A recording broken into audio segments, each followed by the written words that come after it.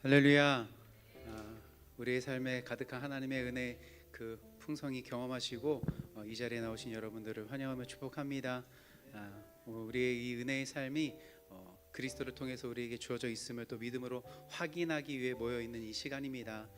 더불어 이 모일 수 있는 이 시간과 장소를 또 허락해 주신 분이 계셔요. 우리 담임 목사님께서 이렇게 특별하게 3040 세대에 관심을 가져주시고 이 자리를 허락하셨거든요. 그래서 오늘 또 특별히 또 오늘 말씀을 같이 나누시고자 또 이 자리에 왔습니다. 그래서 우리 담임 목사님 나오실 때 우리 할렐루야로 환영하며 우리 말씀 나누겠습니다. 할렐루야.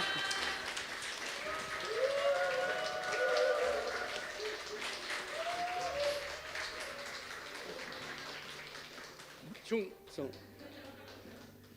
반갑습니다. 모리아 참 오랜만에 왔죠. 한 몇 년 됐죠? 한 3년 된가요? 굉장히 오랫동안 찾아뵙지 못해서 미안하게 생각하고요.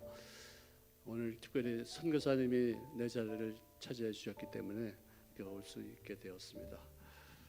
저는 오늘 어떤 설교를 해야 될까 좀 궁금히 이렇게 생각하다가 옛날에 제가 영어로 설교했던 것을 다시 한국말로 바꿔서 설교하는 것도 어떨까 하는 생각이 들어서 말씀을 준비했습니다. 자, 우리가 예수 믿으면 놀라운 일들이 생기죠. 아멘. 예수 우리가 왜 예수를 믿죠? 네? 예수 믿는 이유가 뭐예요? 네? 구원, 천국, 영생, 그죠? 그것만입니까? 언제 궁극적으로 우리가 이제 가야 될 도착해야 될 어떤 목표가 되고요. 죄에서 사함받는 하나님의 자녀로 거듭나는 것이 가장 큰 궁극적인 목적이지만 지금도 지구촌에는 많은 문제가 있어요. 내가 사는 동안에 이 문제를 어떤 방법으로 대처하느냐, 어떤 방법으로 내가 소화해서 어떻게 극복하느냐, 이것이 예수 믿는 이유가 될 수도 있다고 저는 생각이 들어요. 지금도 지구촌에는 전쟁이 있습니다. 기근이 있습니다. 질병이 있습니다. 가난으로 인해서 수많은 사람들이 지금도 고통받고 있습니다. 문제로 인해서 고통받는 인생이 거기서 벗어나서 참된 자유케 하시는 귀한 능력이 예수를 믿는 그 이유 중에 하나가 될 줄로 믿으시기를 바랍니다. 짧은 인생 속에서도 우리가 영생 얻은 사람으로서 겪어야 될 여러 가지 문제들이 있습니다. 자, 오늘 이 본문 말씀 누가 읽어줬으면 좋을 뻔했는데 읽어주지 않으셔서 네? 자막이 나와요? 자막이 안 나오는데. 자, 그냥 그대로 하겠습니다. 빌립보서 4장 4절의 말씀 보니까 주 안에서 기뻐하라. 내가 다시 말하노니 기뻐하라. Rejoice in the Lord always. I said it again. Rejoice. 참 멋있죠, 그죠? 말 자체가 좀 아름답습니다. 자, 우리가 항상 기뻐할 수 있습니까? 없습니까? 없죠. 근데 주 안에서는 항상 기뻐할 수 있기 때문에 이 슬픔이 많고 고뇌가 많은 인생을 살면서도 주 안에 들어가기만 하면 우리들은 항상 기뻐할 수 있게 될 줄로 믿습니다. 다시 말해서 슬픔과 고뇌와 역경을 극복할 수 있는 능력을 하나님이 주시겠다고 약속하심이 이 말씀을 통해서 우리들에게 전해지고 있다는 것을 우리가 알 수 있어야 됩니다. 슬픔이 많은 이 세상을 우리가 산다 할지라도 내가 주님과 더불어 함께하고 있다면 그 기쁨이 가능하다는 것이죠. 빌립보서의 주제가 뭔지 아시죠? 뭐예요? 빌립보서의 주제가 뭐예요? 내가 오늘 질문 좀 할게요. 반드시 듣기만 하고 있지 마시고 대답도 좀 하시기 바랍니다. 빌립보서의 주제가 뭐예요? 기뻐하는 것이죠. 빌립보서는 4장밖에 없어요. 4장밖에 없는데 그 짧은 그 4장 속에 기뻐 한 그게 몇 개나 나올까? 지어보지 않으셨죠? 안 보고도 내가 다 압니다. 킹제임스 버전에는 joy, rejoice라는 그 단어가 약 14번 나와요. 한글 개혁 성경의 개정 개혁에는 기뻐, 기쁨 이렇게 하는 기담에 나오는 쌍비읍 그것이 18번 나오기 때문에 이 빌립보서를 우리가 Book of Joy, Joy Book, 기쁨의 책이다 이렇게 말씀할 수가 있겠습니다. 자, 이런 말을 하면은 많은 사람들이 나한테 묻기를 목사님, 그것은 사도 바울이니까 그런 말 하지요. 우리가 어떻게 이렇게 항상 기뻐할 수 있겠습니까? 바울이 내 문제의 심각성을 모르기 때문에 항상 기뻐하라고 하는 말이지 어떻게 항상 기뻐할 수 있겠습니까? 내가 지금 사업에 실패했습니다. 나 지금 병들어 있습니다. 가정에 문제가 생겼습니다. 이런 상황을 그가 모르니까 내가 처해 있는 어떤 실상을 그들이 알 수 없으니까 하는 말이지 나의 상황을 조금이라도 알았더라면 어떻게 항상 기뻐할 수 있겠다고 이렇게 말씀하시고 항상 기뻐하라는 명령을 나에게 주실 수가 있겠습니까? 라고 말하고 있어요. 근데 사도 바울이 이 기쁨의 책을 쓸 때 그가 어디 있었어요? 감옥에 있었죠. 우리 다 잘 알죠. 그는 기쁨의 책을 쓸 때 투옥중에 있었습니다. 시실리 감옥에서 2년 동안 있었고 로마 감옥으로 옮겨와서 2년 동안 있었습니다. 총 4년 동안 그 눅눅하고 축축하고 어둡고 추악한 그런 지하 감옥에 들어앉아서 재판 날짜만 기다리고 있는 그런 상황이었었어요. 좋은 일이라고는 아무것도 없었죠. 너무나도 정말 추악한 일들이 많이 생기고 있는 그런 상황인데 사도 바울은 주님 앞에 부르심 받아서 전 세계를 다니면서 여기도 교회를 세우고 저기도 교회를 세우고 여기저기 다니면서 이렇게 주님의 일을 많이 했던 사람이었는데 그의 선교의 어떤 운동이 저는 완전히 정체된 그런 상태로서 비참하게 투옥 중에 사형 선고를 받고서 이제 죽음을 기다리고 있는 그런 상태가 되었었습니다. 그의 친구들도 그를 떠났다고 생각할 수 있었고 심지어는 하나님조차도 그를 기억에서 지우신 것이 아닌가 하는 어떤 분위기가 그에게 느껴질 수도 있었을 것입니다. 감옥에 홀로 갇혀서 외롭게 짝이 없는 그 고뇌의 밤을 그는 수없이 지냈을 것이에요. 뭐 따뜻하기라 했습니까? 음식이라 좋겠습니까? 춥고 눅눅하고 외롭고 버림받은 어떤 그런 처참한 어떤 상황 속에서 그가 책을 썼는데 왜 하필이면 세상에서 자유롭게 다니는 사람들에게도 기뻐하라고 말씀할 수 있었을까? 역전도 이런 역전이 어디 있어요? 이런 드라마가 어디 있겠습니까? 오히려 세상에 있는 사람들이 자유롭고 기뻐하고 즐거워하는 사람들이 너 감옥에 있다고 해서 걱정하지 마, 염려하지 마, 기뻐할 수 있어 라고 말한다면 좀 이해가 갈 수 있을지 몰라도 감옥 속에 있는 인생이 세상에서 자유롭게 기뻐할 수 있는 어떤 그런 사람들에게도 오히려 더 기뻐하라고 명령한다는 그 사실 자체가 좀 이상하다 생각이 듭니다. 자, 그는 복음 전파를 위해서 부귀 영화를 포기했습니다. 그는 복음 전파를 위해서 그의 모든 지식을 다 사장시켰습니다. 복음 전파를 위해서 예수님의 그 아름다운 복된 소식을 전하기 위해서 그의 권력도 다 포기하고 그의 모든 백그라운드도 다 없애했습니다. 자, 이미 아마 사도 바울은 이런 상황 속에서 감옥 속에서 죽음을 기다리고 있는 그런 상태여서 모르겠습니다. 하지만 아마도 속으로는 하나님께 항변했을지도 모릅니다. 하나님, 제가 복음을 전하기 위해서 내가 부르심 받은 것을 알고 있는데 그건 좀 심한 거 아니십니까? 어떻게 4년 동안 나를 갖다 이렇게 처박아 놓고 아무것도 하지 못하게 이렇게 고통을 받고 있게 만들 수 있겠습니까? 그것은 페어하지 않습니다. 어떻게 이를 옴짝달싹도 못해가는 이런 것은 정말 마땅치 않습니다. 라고 말할 수 있었을 것이라고 생각하는데 근데 이 사도 바울은 기뻐하라 내가 다시 말하노니 기뻐하라. 할렐루야. 할렐루야. 내가 기뻐하라는 말을 한 것은 그냥 거치려고 한 말이 아니야. 내가 다시 말할 테니까 기뻐하라. 아멘. 여러분들 10계명 여러분들 다 잘 아시죠? 10계명은 우리가 10가지 계명이 있는데 11계명이 있던 무엇이 무슨 말씀이겠어요? 기뻐하라 명령이죠. 계명은 전부 다 명령입니다. 기뻐하는 게 좋겠다. 기뻐하는 거 한번 해볼래? 기뻐하는 것이 좀 너에게 좀 좋을 것 같은데 아니에요. 내가 너에게 다시 말하노니 기뻐하라. 할렐루야. 내가 다시 말하노니 기뻐하라. 우리들이 겪고 있는 문제는요, 사도 바울이 겪고 있는 문제보다는 그렇게 심각한 게 아니에요. 경미합니다. 근데 사도 바울이 우리에게 주시는 말씀은 뭐냐? 빌립보서 4장 8절에 보니까 무엇이든지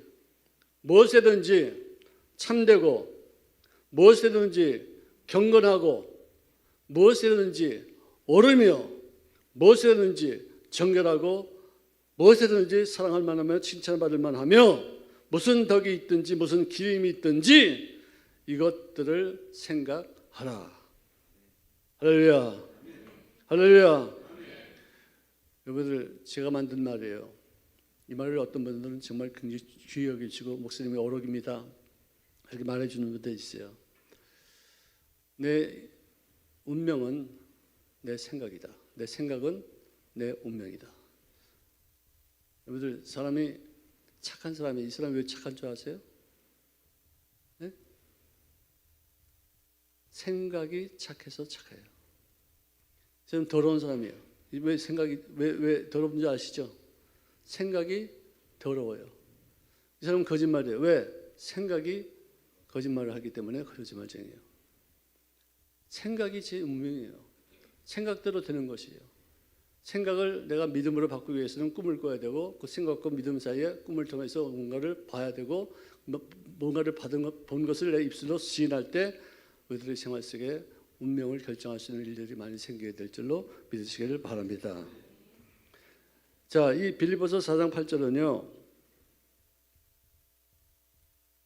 노만 빈센트 필 박사, 또 오버 로버트, 조엘 아스틴 같은 어떤 그런 사람들이 절대 긍정의 생각, the positive thinking 이라는 논제를 가지고서 전 세계를 뒤집어 놨던 어떤 상황이 있었어요.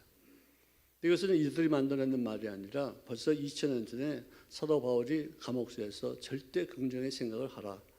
부정적인 생각을 하지 말라. 나쁜 일을 꿈꾸지도 말고 내 생각 속에 가둬두지도 말라. 그래서는 절대 긍정의 생각을 대해서 이렇게 말씀하신 것이에요.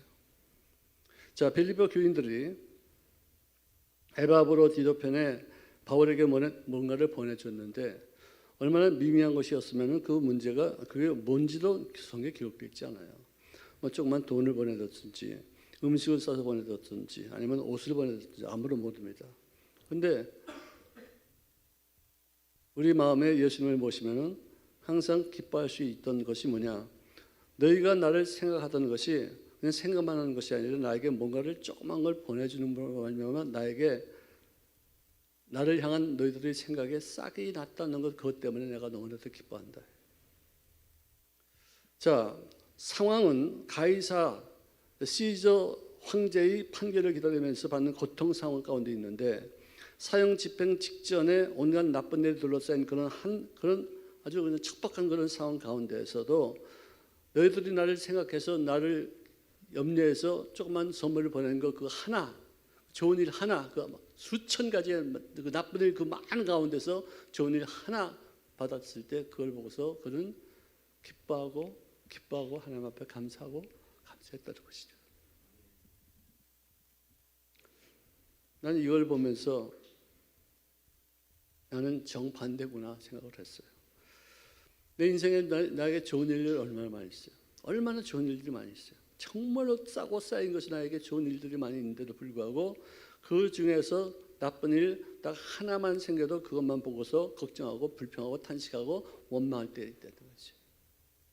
사도 바울은 그렇게 나쁜 일이 엄청나게 많이 있었는데도 불구하고 좋은 일 하나, 누가 조그만 거 선물 하나 보내준 거 그거 하나 때문에 기뻐하고 감사하고 기뻐했다.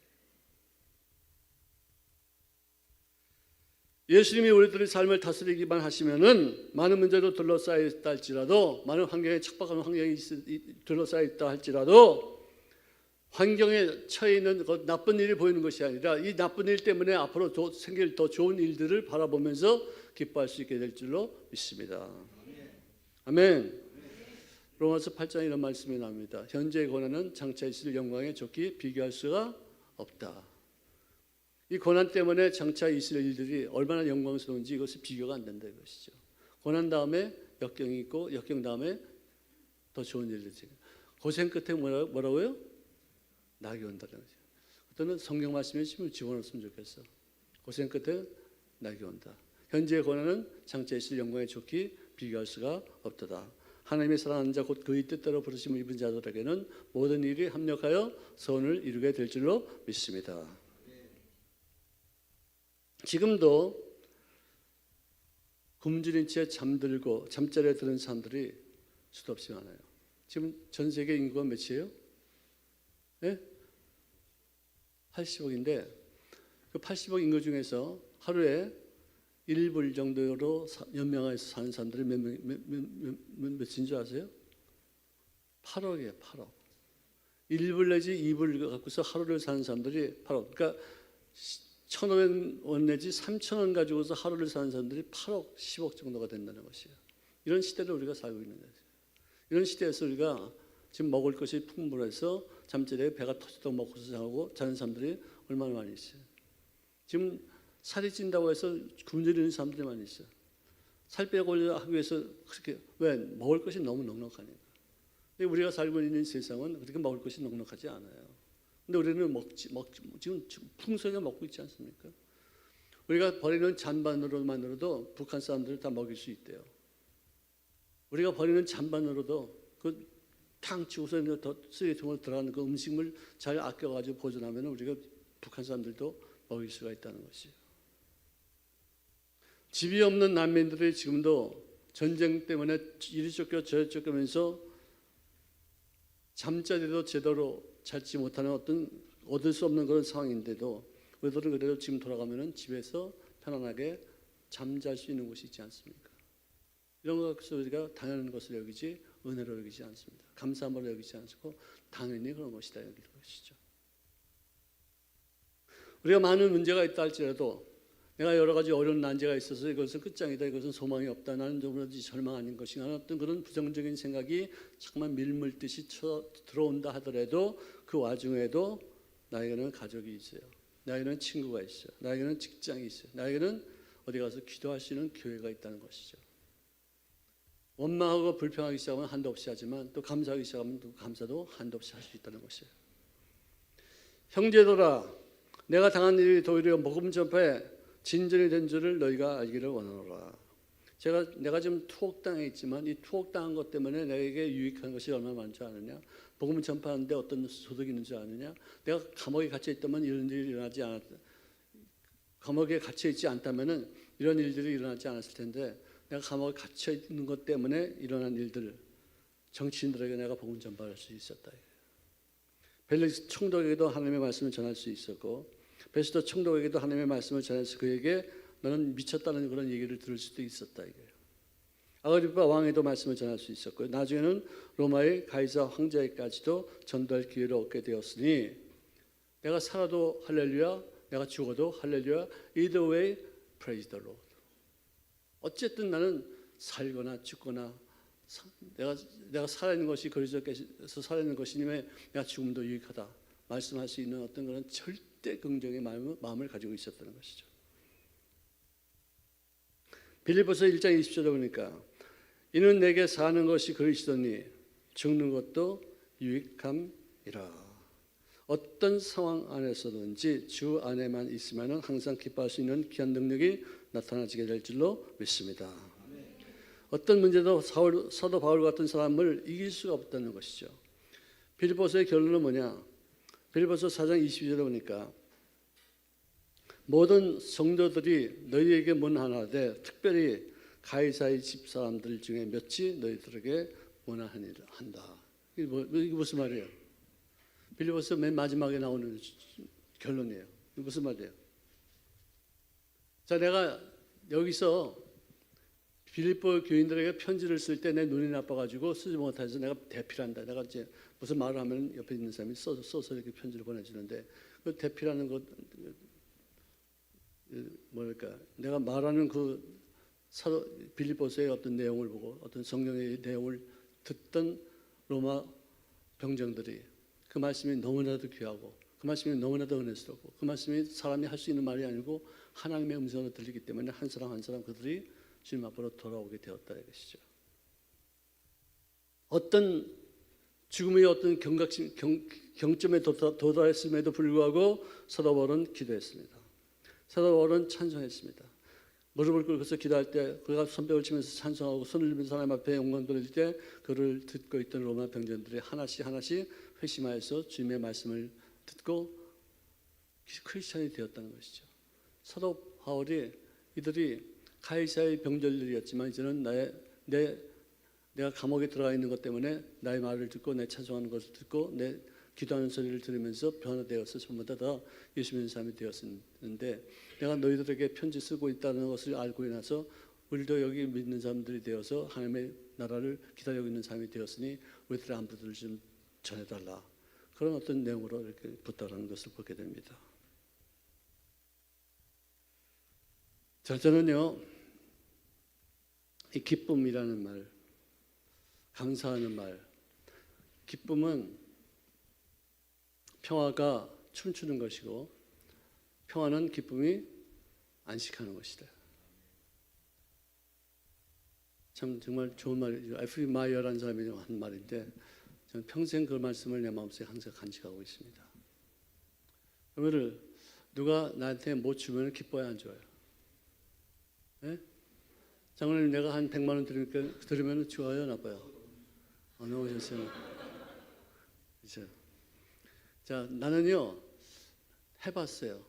내가 누구한테 100만 원을 받는 것이 기쁜지 내가 누구한테 100만 원을 주는 것이 기쁜지 해봤더니 주는 때가 훨씬 더 기뻐요. 아멘. 그래서 주님이 말씀하시기를 받는 자보다 주는 자가 복되도다. 할렐루야. 오늘 주는 습관이 되시기를 바랍니다.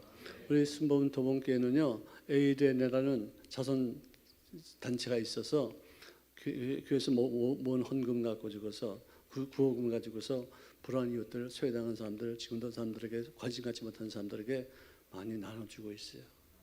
할렐루야. 우리 교인들은 부자들이 이렇게 많이 없어요.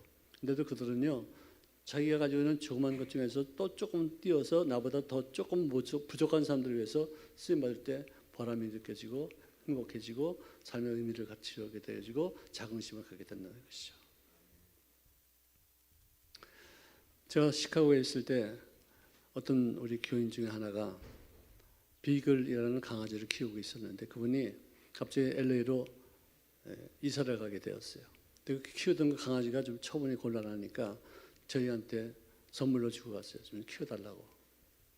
그래서 내가 갑자기 강아지가 생기니까 식당에서 밥 먹고 그냥 나오던 사람들이 이제는 식당에 가서 밥 먹고서 좀 남은 거 떡 따고 고기 뭐 음식 같은 거 남으면 꼭 to go please, take out please. 그거 갖고 오거든요. 걔한테 줘요. 그러면 걔가 얼마나 좋아하는지 몰라요. 밤낮 말이지 사료만 먹다가 생 고기를 주니까 미치게 좋아요 그냥. 내가 그날도 그냥 잔뜩 싸가지고 와가지고 줬는데 내 방에 들어갔다가 목이 말라서 이제 부엌으로 나가서 이제 냉장고에서 물을 좀 가지려고 갔더니 우리 강아지가 갑자기 나보고 기분이 되게 나빠. 얘가 왜 이러지? 왜 그런 거야? 이거 봤더니 그래서 내가 갖다 준 그 뼈다구하고 고기 덩어리를 딱 쥐고서 뺏기지 않으려고 내가 그걸 뺏어온 줄 알고 어렁거리고 있더라고요. 기분 더럽게 나빴어요. 야, 그건 누가 준 거야? 내가 속으로 한 말이야, 속으로. 야, 이건 누가 준 거야, 이거? 내가 줬지? 내가 힘이 세냐, 네가 힘이 세냐? 그 비글은요, 요만한 강아지예요. 똘똘한 강아지인데 내가 한 대로 치면 넌 죽어. 어디다 대고서 어르렁거려. 너 나한테 뼈다구 하나 갖다 주면서 주님 참 고맙습니다. 이거 좀 드실래요? 그래서 갖다 주면은 내가 그거 받으면서 얼마나 기뻐하겠니? 나를 즐겁게 하면 내가 더 갖다 줄 수 있고 더 좋은 거 갖다 줄 수 있고 더 많이 먹일 수 있는데 너는 나한테 하나도 나 갖다 준 것도 없이 내가 네 거 먹을 것 같으냐? 안 먹어. 인마 줘도 안 먹어 자식아. 어떻게 네가 그렇게 나한테 이럴 수가 있어? 내가 가만히 생각해 보니까 우리 교인들하고 비슷하더라고요. 여러분들이 갖고 있는 것 중에서 솔직히 얘기해봐요. 여러분들이 갖고 있는 것 중에서 받지 아니한 거 있으면 얘기해봐요. 내가 스스로 만들었다는 거 있으면 얘기해봐요. 여러분들이 태어나기 전부터 우주가 있었어요. 태양계가 있었어요. 지구가 있어요. 지구에 공기가 있었고 물이 있었고 거기에 많은 먹을거리들이 다 내가 살 수 있도록 모든 것이 다 구비되어 있었어요. 부모님이 계셨어요. 친구가 생겨요. 애인이 생겨요. 결혼해요. 직장이 생겨요. 애들이 태어나요. 내가 받은 것 중에서 내 스스로 만든 게 뭐가 있어요? 어떻게 머리카락하고 눈썹하고 속눈썹하고 이 질이 다 달라요. 성분도 다르고 수명도 다르고 컬러도 다르고 모양새도 다 달라요. 어떻게 여기서 요게 이게 다 다를 수가 있겠어요? 신기하고 너무 놀라운 것이에요. 모든 것을 내가 다 받았어요. 내 생명도 받았고요. 내 생명이 내 거 아니잖아요. 나에게 주신 선물이잖아요. 내 생명이 내 거면 내가 내 마음대로 할 수 있는데 내 마음대로 생명을 내가 뭐 줬다 뺐다 할 수 있겠습니까? 모든 것이 다 나에게 주는 것이고 영생도 하나님이 나에게 주셨고 복음도 나에게 주셨고 나에게 천국도 나에게 주셨고 그래서 여러분들 저는요 공수래 공수거라는 말이 무슨 말이에요? 네? 빈손으로 왔다가 빈손으로 가는 인생이니까 얼마나 허망해요. 그 뼈저리게 노력하고 애쓰고 그냥 조금이라도 움켜쥐려고 그렇게 하다가 아무것도 갖지 못하고 털털 털고서 가는 것이 인생이다 이거죠. 이것은 불교에서 말하는 인생을 말해주고 있어요. 여러분들 빈손과 맨손이 무슨 차이가 있는지 아세요? 빈손과 맨손이 무슨 차이가 있어요? 몰라요? 여러분들 내가 질문하는 거 하나도 대답하는 사람 별로 없어요. 네? 빈손은요 empty hand, empty, 빈 거죠. 근데 맨손은요 bare hand라고 해요. 내가 이 땅에 올 때 뭐 들고 왔어요? 맨손으로 왔어요. 빈손으로 왔다는 것은 개념 차이예요. 빈손으로 온 것은 너무나도 좀 허망하고 무의미하고 허탈하고 아무런 뜻이 없는 허망한 그 상태를 말해주는 것인데 맨손으로 오는 것은 이미 모든 것이 내가 살 수 있는 어떤 것이 구비된 상태에서 내가 뭘 갖고 올 필요도 없어. 내가 맨손으로 와도 다 누리고 다 복되게 그냥 정말 좋은 일 많이 하면서 이렇게 즐겁게 살다가 주님이 오라 하면은 손 탁탁 털고 가는 곳이 어디예요? 그죠? 근데 그것을 영어로 전 목사님, 예수님 말씀하시기를 In my father's house there are many mansions. There are many mansions. 내 아버지 집에 맨션들이 많도다. 맨션은요 맨손으로 들어가는 것이 맨션이에요. 아멘. 우리가 지은 그런 맨션도 보면은 진짜 그야말로 골프장이 다 있고 스위밍풀이 있고 그냥 빨간 카페트가 있어가지고 4층 한 높이 되는 큰 곳에 들어가기만 하는 듯이 뭐 갖고 갈 필요가 없어요. 왜? 거기 다 돼 있으니까. 완벽하게 구비돼 있으니까. 내가 살 수 있는 거, 내가 놀 수 있는 거, 내가 먹을 수 있는 거, 내가 할 수 있는 모든 것이 다 거기 완벽하게 구비되어 있는 것이 그것이 맨션이에요. 내가 이 반지 끼고서 천국 가면 야 너는 어떻게 땅바닥에 까는 걸 갖다가 그 손가락에다 끼고 다니냐? 황금길로 깔려 있다고 그러잖아요. 다 준비되는 거 맨션으로 하는 것이에요. 아멘. 자, 우리가 인생을 살면서 기쁨의 종류가 뭐냐? 맨 처음에 내가 받을 때 기쁘지만 줄 때가 더 기쁘고 깨달을 때가 기뻐요. 아멘. 공자님이 그랬어요. 오늘 내가 깨달으면 내일 죽어도 여한이 없다 그렇게 말씀하셨어요. 그만큼 깨닫는 여러분들 내가 이제 설교 끝나고 나서 이제 성도들 지나갈 때 악수를 이렇게 하지 않습니까? 그러면 가끔가다 어떤 분이 목사님 오늘 참 설교 참 은혜스럽습니다. 참 말씀 잘 들었습니다. 은혜 많이 받았습니다. 그래서 내가 물어봐요. 은혜 받았다는 게 어떤 뜻이에요? 은혜 받았다는 게 무슨 뜻이에요? 깨달았다는 거예요. 박수다. 이런 최고. 은혜 받았다는 것은 뭐냐? 깨달았다는 것이에요. 그 깨달음의 은혜가 얼마나 큰 줄 아세요? 내 인생이 맨손으로 왔다가 맨손으로 가는 것이지 빈손으로 왔다가 빈손으로 가는 것이 아니다. 기가 막혀요. 거기다 또 뭐라고 그러는지 아세요? 만약에 내 아버지 집에 있을 곳이 없다라면은 If it were not so, I would have told you. 내가 너에게 죽은 다음에 인생은 없다. 죽은 다음에 다른 세계는 없다. 죽은 다음에 천국 없다. 지옥 없다. 끝장이다. 너는 그냥 그러고 살아라. 개같이 살아도 되고 짐승같이 살아도 되고 하나님 없이 인생을 살 수 있어. 네 마음대로 살아. 라고 말했을 것이다. 근데 내 아버지 집에 맨션이 있어요 없어요? 있다라고 확인할 정도로 주님이 강조하셨어요. 영어 성경에 If it were not so, I've told you. 내가 없더라면 너희가 말했을 것이라는 어떤 이런 정도의 어떤 문맥이 단 한 군데도 안 나와요. 아직 내가 찾아보지 다 읽어보지 않았지만 이런 것을 내가 찾아봤어요. If it were not so, I would have told you. 딱 한 번 나와요. 그만큼 천국이 있다는 것을 강조하기 위해서 내가 너에게 멘션이 있다고 말했지만 그것이 없다면 내가 말했을 것이다. 하지만 있다. 똑바로 살아라. 조심해 살아라. 개같이 살면 안 돼. 너는 동물이 아니야. 너는 영적인 존재야. 하나님의 형상과 하나님의 모양대로 지음받은 존재야. 너는 가치 있어. 너는 이 땅에서 살다가 그것으로 끝나면 그것이 끝장이 아니야. 이어지는 삶이 있어. 바로 살아. 정말 짐승같이 살지 말아요. 제가 주의 종이 된 이유가 그 말씀 하나 때문에 주의 종이 됐어요. 아, 천국이 있구나. 천국이 있구나. 우리 아버지 집에 맨션이 많이 있구나. 할렐루야. 깨우치는 것이야. 그 다음에는 네 번째 기쁨은 뭐냐? 현재는 고난이 있어요. 현재는 역경이 있어요. 현재는 슬픔이 있어요. 근데 슬픔과 이 고난 때문에 생길 앞으로의 좋은 일들을 미리 바라볼 때 미리 기뻐하는 기쁨인 줄로 믿으시기를 바랍니다. 아멘.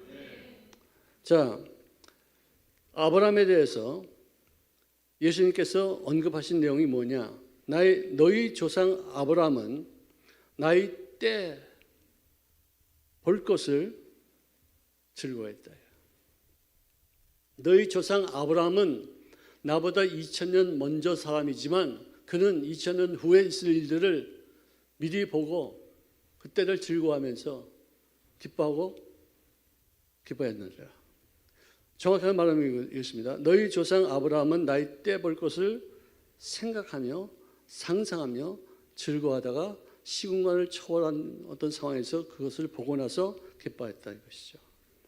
2000년 후에 오실 예수님을 미리 보았던 아브라함이 상상력을 동원해서 미리 보고 미리 기뻐하고 미리 즐거워했다는 것이죠.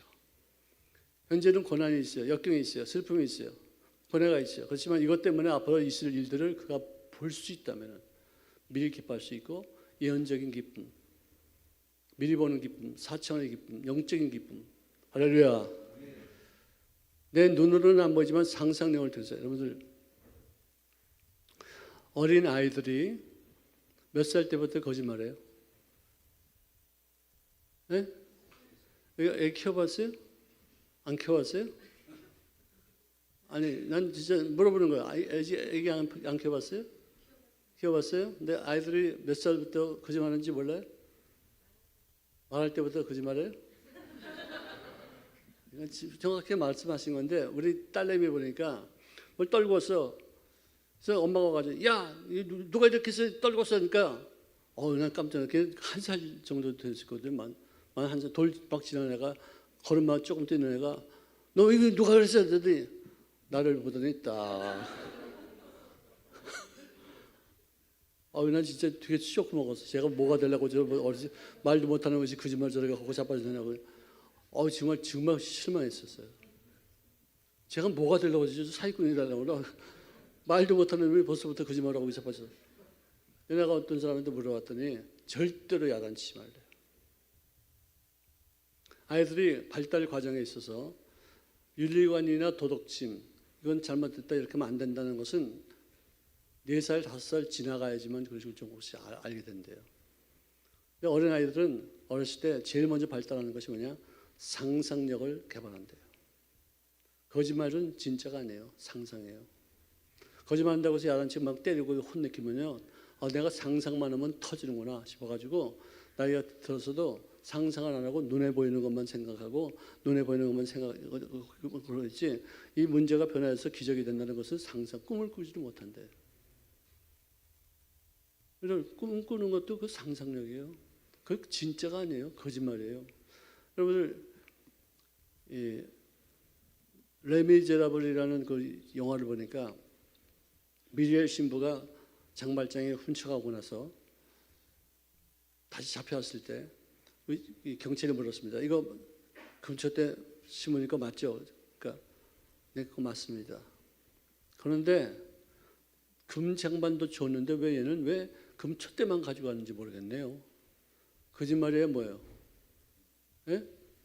그걸 갖다 거짓말이라고 말하는 게 아니고 상상력을 통해서 사실을 말하지 않는 거예요.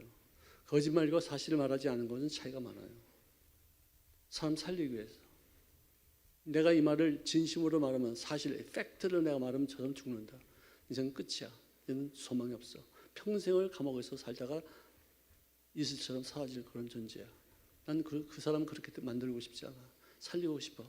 사람답게 살게 하고 싶어.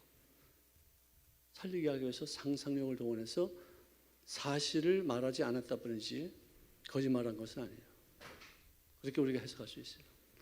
꿈은요, 실제가 아니에요. 거짓말이에요. 상상력이에요. 현실이 아니에요. 근데 그 꿈을 계속해서 꿈을 꾸면은 그 꿈이 현실로 바뀌어져요. 신기하고 놀라운 거예요. 정말 신기해요. 꿈에는 두 가지 종류가 있어요. 부정적인 꿈이 있고 긍정적인 꿈이 있어요. 부정적인 꿈은요, 염려, 근심, 불안, 초조, 두려움. 부정적인 꿈이에요. 아직 일어나지 않았어요. 지금 눈앞에 나타나지 않았는데 미리 꿈꾸면서 그 부정적인 꿈이 이루어졌으면 어떻게 할까 하면서 걱정하고 두려워하고 소심하게 낙심하는 어떤 그런 꿈이에요. 근데 그런 꿈도 이루어져요. 그 꿈이 이루어지고 나서 뭐라고 하는지 아세요? 내 이럴 줄 알았어. 내 이럴 줄 알았어. 아, 정말 무서운 말이에요. 밤낮 내가 그런 꿈을 꾸고 그런 말을 하고 그런 이렇게 되면 어떻게 하나 염려하고 밤낮 그 꿈에 사로잡혀가지고 걱정하고 근심하고 좌절하고 그러다가 그것이 어느 때가 돼가지고 계속해서 반복하다 보면은 이루어지고 나서 내가 이럴 줄 알았으니까 봐. 내가 이럴 줄 알았으니까 그래가지고 뭐 할 거예요 지금. 이럴 줄 알았으면 지금 그 방비를 했어야 되는 건데 방비하지 않으면 못하고 오히려 꿈이 더 잘 되게 하기 위해서 계속해서 부정적인 꿈을 꾸고 있었던 거 아니에요. 절대 긍정의 꿈을 꿀 수 있기를 바랍니다. 저는 3040을 제가 이렇게 다른 교회에서 시도하지 않았던 것을 시도하고 나서 후회를 많이 했어요. 왜 내 마음대로 움직이지 않으니까. 내 뜻대로 되지 않고 3040 식구들이 교회를 위해서 헌신하는 것이 아니라 교회가 나를 위해서 뭘 해주고 있는 것인가를 기대하는 사람들도 없잖아 있었었어요. 깜짝 놀랐어요. 부정적인 꿈이죠. 나는 미력해. 나는 힘이 없어. 나는 안 돼. 나는 잘못될 수밖에 없어. 그건 부정적인 꿈에 사로잡혀 있지 긍정의 꿈을 갖다 꾸지 못하는 것이에요. 제가 정영 목사님 돌아가시기 얼마 전쯤에 건강하실 때 그때는 말이야. 돌아가시 한 1, 2년 전이었는데 무슨 어떤 은원들이 있어서 찾아가 봤더니 야, 김홍준 목사가 좀 앉으라. 그래서 앉았어요. 정 목사님 뭐라는지 아세요? 야, 나 이제는 꿈꾸기가 싫다. 아니 목사님은 꿈의 대명사이신데 어떻게 목사님이 꿈을 꾸기 싫어하시면 어떻게 됩니까? 우리 같은 사람은 어떻게 됩니까? 야, 꿈은 정말 힘들다. 꿈이 이루어지기까지 나는 얼마나 고생했는지 몰라. 가정도 망가졌지.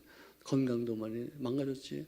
꿈을 이루기 위해서 꿈을 꾸다가 보니까 그렇게 고생하게 될 줄 그렇게 몰랐다. 나중에 내가 나이가 들고서 망가지고 나니까 너무 꿈 때문에 내가 인생을 너무나도 낭비했다는 생각을 그때서야 하게 됐더라고요. 꿈과 고난은요 세트 상품이에요. 꿈이 있으면 그 꿈을 이루기 위해서 고난을 겪지 않는 사람이 아무도 없어요. 또 고난이 있어야지 꿈을 꿀 수 있어요. 내 인생에 내 머리로 안 되는 것을 포기해야 되니까. 그래서 하나님의 말씀하시는 것을 상상해야 되니까. 아브라함이 하나님 앞에 복을 받았다고 하나님이 자랑해서 너 나 때문에 복 많이 받았지. 네, 맞습니다. 근데 하나님 저희가 복 주신 건 사실인데요. 나에게 진짜로 내가 받아야 될 아들은 주지 않으셔서 내 복이 저 엘리에셀 저 종에게 넘어가게 되었습니다. 그랬더니 아니야. 네 꿈은 반드시 이루어지게 될 거야. 너희가 가진 복들, 내가 너에게 준 그 많은 복을 너는 엘리에셀에게 주지 아니하고 네 아들에게 주게 될 거야. 아유, 웃기지 마세요. 나는 이제 끝났어요. 나는 이제 할아버지가 됐고요. 우리 마누라는 할망구가 되어서 이제는 애기 못 낳습니다. 그러니까 일로 와, 나와. You come out of the tent. 텐트 밖에서 나와. 너가 수십 년 동안 텐트 그 속에 처박혀가지고 기도했지. 밤낮 현실 속에 안 되는 것만 봤지. 네 마누라가 늙은 할망구가 되고 너는 이제 늙은 할아버지가 됐어. 이제 안 된다는 것 꿈꾸면서 입은 기도하면서 애 달라고 그렇게 했지. 소용이 없어. 바깥으로 나와. 하늘에 있는 별들을 세워라. Count the numbers of the stars in the sky. 하늘에 있는 별들을 세워라. 그 별들의 숫자를 네가 셀 수 있을지언정 너희 새끼들, 너희 후손들은 네가 세울 수가 없을 때가 올 것이다. 꿈을 그리는 거, 꿈. 그림이에요. 아픈 분이면요, 아유, 난 죽겠다, 이제는 끝장났다, 이제는 난 얼마 남지 못했다고 그러는데 그렇게 웃어 절망하지 마시고요. 젊었을 때 건강한 팔팔했던 그런 사진을 갖다 놓고서 바라보는 거예요. 난 이렇게 변할 거야. 나는 아프지 않을 거야. 나는 이제 고침받을 거야. 나는 이제 건강해질 거야. 밤낮 그거 바라보는 거예요. 그냥 믿는 거는 믿음이 어떤 힘이 없어. 근데 바라보고 꿈을 통해서 상상을 하거나 현실을 통해서 내가 바라보거나 그 바라보는 그 실상을 내 마음속에 간직하고 있을 때는 그 꿈이 믿음으로 돼서 믿음이 현실 속으로 우리들 생활 속에 나타나게 되는 것이라는 것이죠. 아멘. 3040은요, 우리 교회 앞으로 이 교회를 걸머져 갈 수 있는 중간 역할을 하는 사람들이에요. 꿈을 꾸셔야 돼요. 나는 교회 왔다 갔다 하는 사람이다. 나는 뭐 복이나 받으면 된다. 누가 날 도와주면 되겠다. 이런 것이 아니에요. 꿈을 꾸는 사람들은 고난을 생각해야지 된다니까요. 고난 없이 꿈을 꾸는 사람들, 꿈을 이루는 사람들이 어디 있어요? 왜 사람들 꿈을 안 꾸냐 봤더니 고난 때문에 꿈을 안 꿔요. 꿈과 고난은 세트 상품이니까요. 따로따로 팔지 않아요. 한꺼번에 같이 와요. 같이 있어야 돼요. 저도요, 성경에 보니까 예수님이 기뻐하셨던 그 내용 중에서 하나가 그분이 이 땅에 오신 그 이유가 뭔지 아세요? 십자가에 못 박혀서 인류의 죄를 감당하기 위해서 오셨다는 것을 아셨어요. 근데 그 타이밍이 오니까 그때 인간적인 어떤 그런 본능적인 생각이 떠오른 것이요. 어느 누구도 100세를 살고 105세를 살고 108세를 살다 하더라도 얼마 남지 않았습니다라고 말하는 거 듣고 싶어 하지 않아요. 내가 제일 오래된 분 장례를 치운 것이 106세였어요. 근데 그분이 160세 되고 나서도 병에 누웠는데 돌아가실 생각을 안 해요. 기도해야죠, 나 더 살게. 그래서 내가 속으로 옛날에 그때는 내가 젊으니까 야, 정말 망년이다. 어떻게 106세까지 사시고 더 살겠다고 저렇게 생명이 누추하게 저럴 수 있겠는가 싶었는데 예수님도 십자가에 못 박혀 돌아가시기 위해서 오셨다는 것을 알고 있음에도 불구하고 그 때가 오니까 그때는 살고 싶은 인간의 본능이 떠오르는 거예요. 하나님, 제가 꼭 죽어야 되겠습니까? 내가 꼭 이 잔을 마셔야 되겠습니까? 할 수 있으면 내가 좀 마시지 않으면 안 되겠습니까? 나 지금 33살밖에 안 됐습니다. 나 막강합니다. 힘이 있습니다. 나 젊습니다. 할 일이 많이 있는데 내가 죽다니요. 왜 내가 죽어야 되죠? 하지만 내가 이 땅에 십자가에 못 박혀 죽기 위해서 온 것이라면 내 뜻대로 마옵시고 아버지의 뜻대로 이루어지기를 원하나이다. 할렐루야. 그 기도를 3번이나 했어요.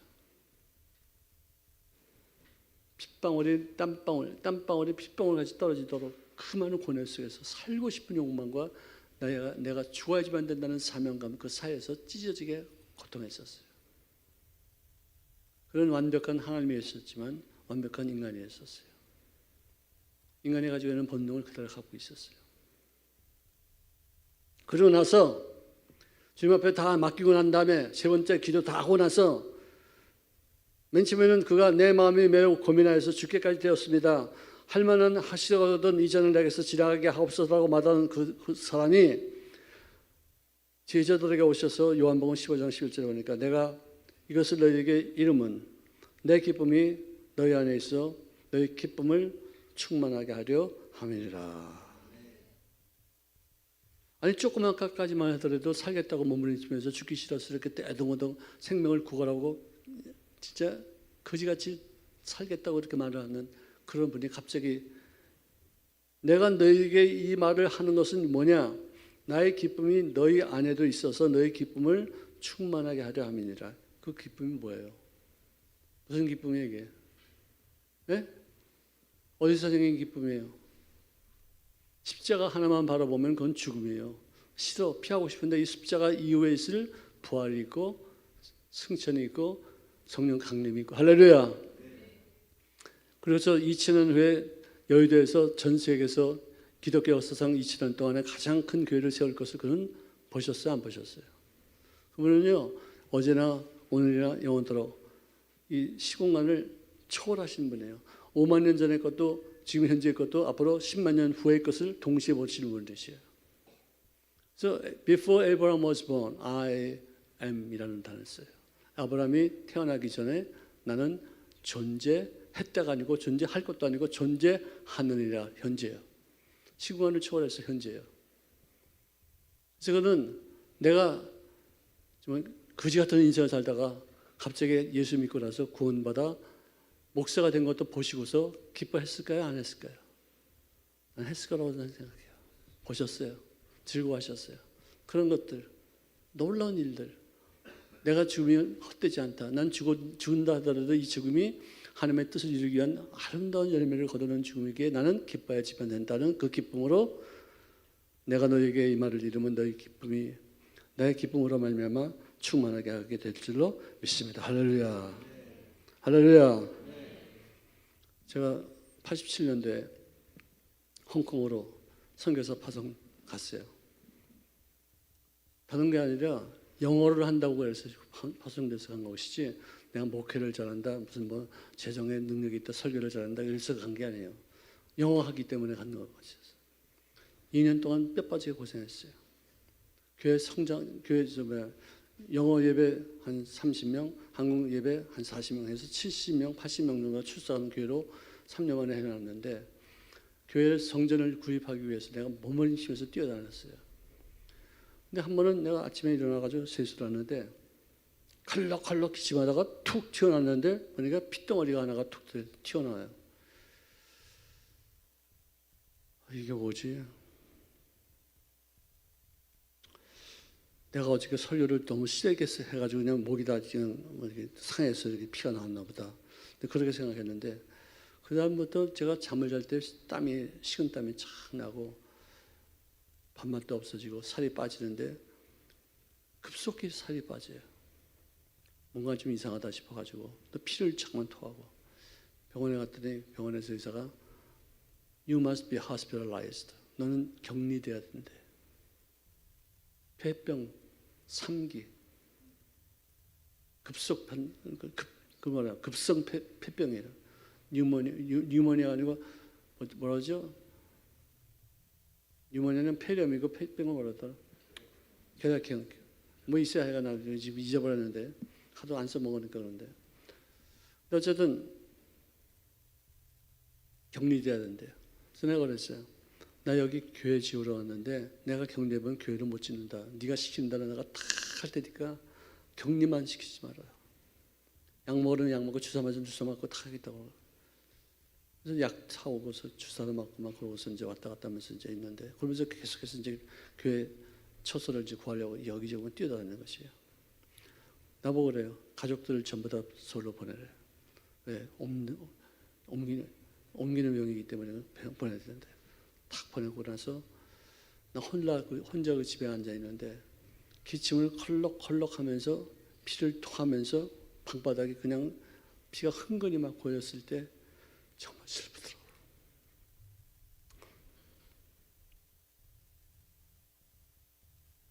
정말 외롭더라고요. 이걸 닦으면서 많이 울었어. 한 시간 울었어. 아, 내가 어떻게 하다 이렇게까지 됐나. 참, 그래서 무슨 생각이 떠오르냐면은, 아, 내가 여기서 죽으면 누가 내 시신을 치울까? Who's gonna take my body if I die here? 기가 막히더라고. 근데 갑자기 내 마음속에 기쁨이 펑 터져가지고 샘솟듯이 막 솟아오르는 이게 뭐지? 죽을 때가 되면 다 이상해진다는데 이게 뭐지 이게? 진짜 좀 한심하더라고요. 죽을 때가 돼서 이렇게 정신도 좀 산만해지는 거 보고 싶어가지고 있는데 가만히 생각해 보니까 조혁기 목사님도 폐결핵 앓고 나서 유명한 목사님이 되셨어요. 그다음에 함경지 목사님도, 김창희 목사님도, 김상호 목사님도, CCC의 김준호 목사님도, 한 웬만한 한국의 유명한 목사님들은 전부 다 폐결핵 걸렸다가 고침받고 하나님 만나가지고 죄종이 됐다는 어떤 기억이 떠오르는 거예요. 그래서 나도 그럼 소망이 있는 건가? 나도 지금 폐결 걸렸으니까 나도 하나님 또 쓰시려고 그러는 것이 아닌가? 뭐 이런 생각이 떠올랐었어요. 그때 제가요 일본으로 이제 옮겨갈 때 조 목사님 날 이렇게 보시더니 너는 안 되겠다. 철수해라. 그래가지고 정말 피쩍 말랐어요. 봉투를 하나 딱 주시더라고요. 편지야 사모님한테 갖다 드려. 딱 주는데 딱 받는 순간에 돈이구나. 편지하고 돈은 구별이 되죠. 여러분들 봉투 있어라도 돈이구나. 근데 거기서 내가 무슨 생각을 했냐면 하나님 이 돈은요 제가 받는 마지막 돈입니다. 앞으로 저는요 안 받겠습니다. 저는요 누구 주면 줬지 받을 그런 어떤 사역하고 싶지 않습니다. 그거 하고 나서 그게 기도가 응답됐을까 안 됐을까요? 네, 지금 난 누구한테 받지 않아요. 나눠줘요. 베풀어요. 할렐루야. 그래서는 약 한 2,400 스퀘어피트 정도 되니까 한 60평, 70평 정도 되는 어떤 그런 방을 얻어가지고 교회를 세우고서 이제 일본으로 이제 그걸 뭐라 트랜스퍼하는 걸 뭐라죠? 직장을 이제 옮겼죠. 이제 동경교회로. 근데 거기 가보니까 마쿠도 나루도 딱 써있어요. 내가 홍콩에 있을 때 누가 나한테 밥 해주는 사람도 없으니까 밤낮 맥도날드로 계속 끼는 일이었어요. 일본에서 마크도날드 보는데 구역질이 나는 거야. 하도 맥도날드 먹으니까 맥도날드 그 간판만 봐도 구역질. 난 평생 음식을 먹으면서 구역질하는 것은 나 그때 처음이었던 것 같아요. 그래가지고 정말 맥도날드는 지금도 잘 안 먹는 편이에요. 1년에 한 번 먹을까 말까 하죠.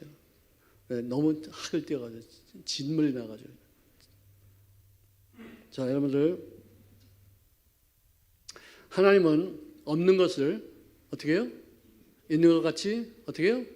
부르시는 분이시다. 여기 없어. 근데 있대. 그러면 그걸 뭐라고 그러는지 아세요? 뻥이라고 그러는 거예요. 하나님은 뻥치는 하나님. 없어. 근데 있대. 내가 보기에는 없어. 왜?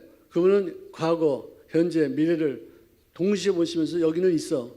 내가 보기에는 여기서 없어. 나는 없다 그러는데 이분은 있다고 그러죠. 그러면 이분이 하는 말이 거짓말이 아니라 이분은 보는 것을 있다고 말씀하시는 거지. 시간적인 차이로 있다는 것이야. 여기지만 없지만 있다라고 말씀하시는 걸 보고서 아 있구나. 그것은 있는 대로 있다고 여기고서 상상하고 있다고 여기서 꿈을 꾸고 있다고 여기면서 입술로 고백하고 있다고 여기면서 믿을 때 하나님의 역사가 시작될 줄로 믿습니다. 오늘 꿈을 가셔야 돼요. 303 왔다 갔다만 하지 마셔야 돼요. 내가 이 교회를 다니면서 이 교회를 위해서 내가 어떤 일을 해야 될 것인가 꿈을 가져야 돼요. 그냥 왔다 갔다 그냥 돈이나 벌고 뭐 아기나 낳고 그런 것으로 인생을 사는 것은 정말 짐승 사는 거는 뭐 별 차이가 없어요. 개 죽으면 인간 죽으면 똑같은 거 아니겠어요? 파리 죽으면 모기 죽으면 똑같은 거 아니겠어요? 인간이기 때문에 꿈을 꿔야 되고 그 꿈을 나를 보내신 하나님 아버지의 뜻을 따라서 이룰 수 있는 어떤 그런 것이 되어야지만 될 줄로 믿으시기를 바랍니다. 아멘. 자, 없는 현실을 상상을 통해서 있다라고 그림을 그리고 그 그림을 꿈으로 만들어서 입술로 믿음을 간직하고 그 믿음을 입술로 선포함으로 말미암아 있는 것이 없는데 있다라고 선포하는 거예요. 아멘. 여기 나는 시집꼭 난 결혼하지 않는다. 노총각 노처녀 손들어. 또 한 번 또 두 번 또 나한테 오시면 내가 넥타이 하나씩 줄게. 나 그렇게 해서 결혼시킨 사람 많아요. 내가 여의도에서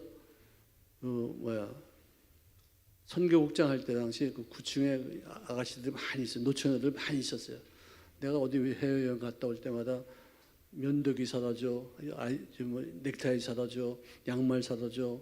하여간 남자들이 쓰는 거 갖다 주면 목살이 말이지 왜 그 남자 거를 갖다 주냐고 그래서 내가 그러니까 시집도 못 가고 이 자식아 쪼다같이 갖다 놓고서 꿈을 꿔 바라봐.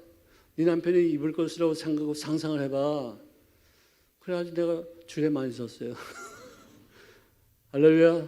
요즘은 줄에 서는 게 정말 하늘의 별따기지만 옛날에는 전부 다 줄에 서가지고 이렇게 결혼시켰는데 꿈꾸고 상상하고 그 상상한 것이 이루어지는 것으로 말미암아 결혼하게 된 어떤 분들이 많이 있었다는 것이죠. 이건 실제예요. 이건 성경적인 방법이에요. 하나님도 그런 방법으로 우리들에게 꿈을 꾸게 하시고 그 꿈을 통해서 하나님의 뜻을 이루어나가는 열매를 맺게 하신 줄로 믿으시기를 바랍니다. 자, 항상 죽고 사는 것이 혀의 힘에 달렸나니 사람이 어떤 일을 하더라도 혀의 열매로 그 복록을 누린다고 말씀해 주셨어요. 좋은 말 합시다. 긍정적인 말 합시기 바랍니다. 창의력 있는 말을 할 수 있기를 바랍니다. 눈에 보이는 대로 이렇게 보지 마시고 딱 돈이 지갑에 하나도 없어. 딱 그러면 뭐라 그래요?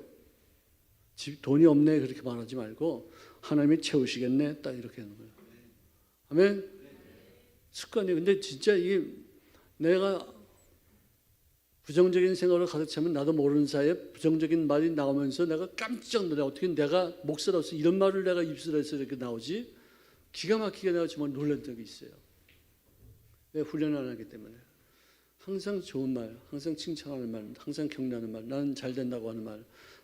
이 말의 힘이 정말 좀 무서운 거예요.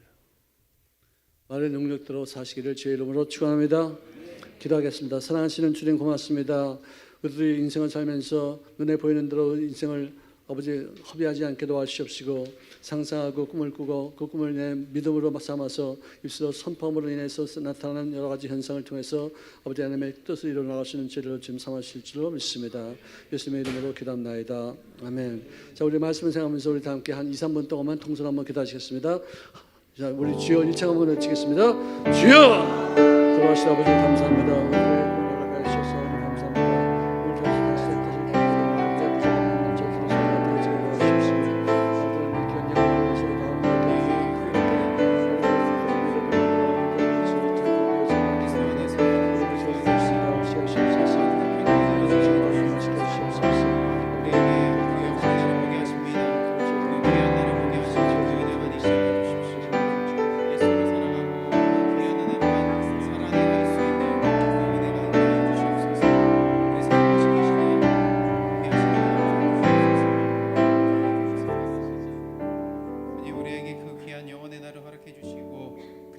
기뻐하게 해주시며 그날을 소망하게 허락해 주셔서 감사드립니다. 믿음으로 가는 여정 되게 해주시고 그 여정 가운데 함께 하시는 그 그리스도의 손길이 경험되어질 수 있도록 또 예수 그리스도 안에서 평안이 누려질 수 있고 승리하는 삶이 되게 허락해 주시며 그 귀한 기쁨이 흘러갈 수 있도록 허락해 주시옵소서. 우리의 삶을 이끌어 가시는 예수님의 이름으로 기도드립니다. 이제 우리 믿음으로 준비한 예물 하나님께 드리도록 하겠습니다.